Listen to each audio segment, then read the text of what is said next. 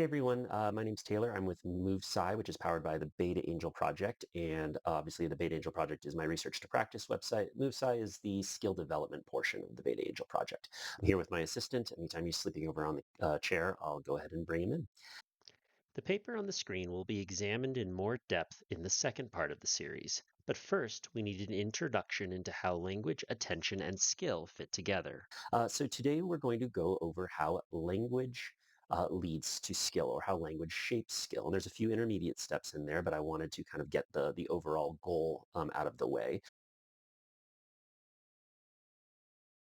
The big question we need to address is how do you get from language to skill? So language directs attention, okay, and then attention basically changes what information you pick up, and that information changes what options you perceive, okay, and then those options essentially lead to the potential movement that could either be expressed or self-organized or chosen, and all of those words are kind of selected based around which theory of motor learning you're talking about. Some theories think of it as you choose them. Some theories think of it as the movement expresses itself or self-organizes. So information basically shapes the range of possibilities, and movement comes out of that range. Let's think about it like that.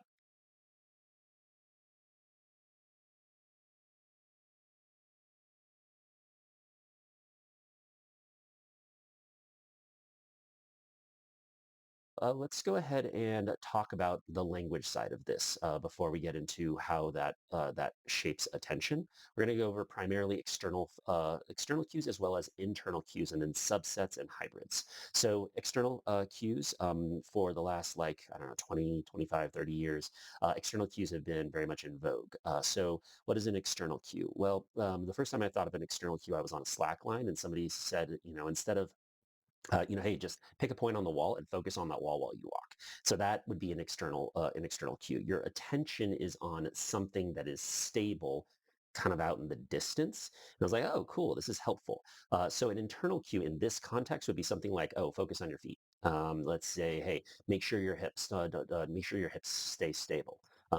That's it. An internal cue is a body part of some sort, whereas an external cue, something outside. And now we're going to get like we're going to go deeper. A lot of people just stop at external good, internal bad, and stop there. There's a lot more nuance to that, and that's what we're going to be going over today.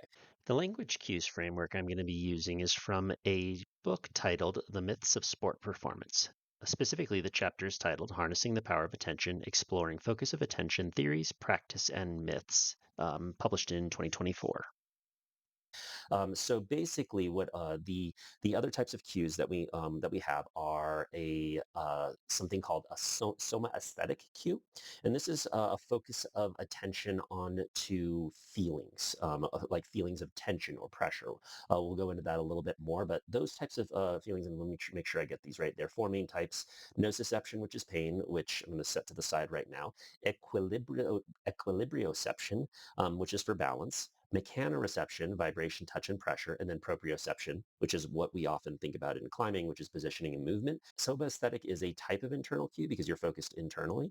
And then the holistic cues are another version of those, and those are sort of between external and internal cues. They're kind of, you might think of them as hybrid cues to some degree.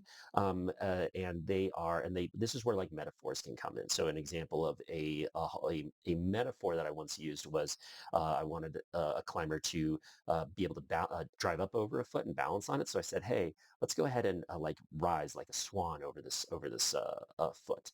Which brings me to my next point. After some practice on this, one of my climbers basically said, Taylor, this isn't a swan. No, I'm not rising like a swan. I'm balancing like a flamingo. I'm definitely a flamingo on this. And he was partially joking, but also partially telling the truth. The flamingo was more evocative to him. And so the individual who is being cued, we're cueing their attention towards something, and if they have no clue what the cue means or to them, then it probably won't shape what we need it to shape. So be open to that. That's kind of like our first thing, is that a cue is only as good as how the individual can use it.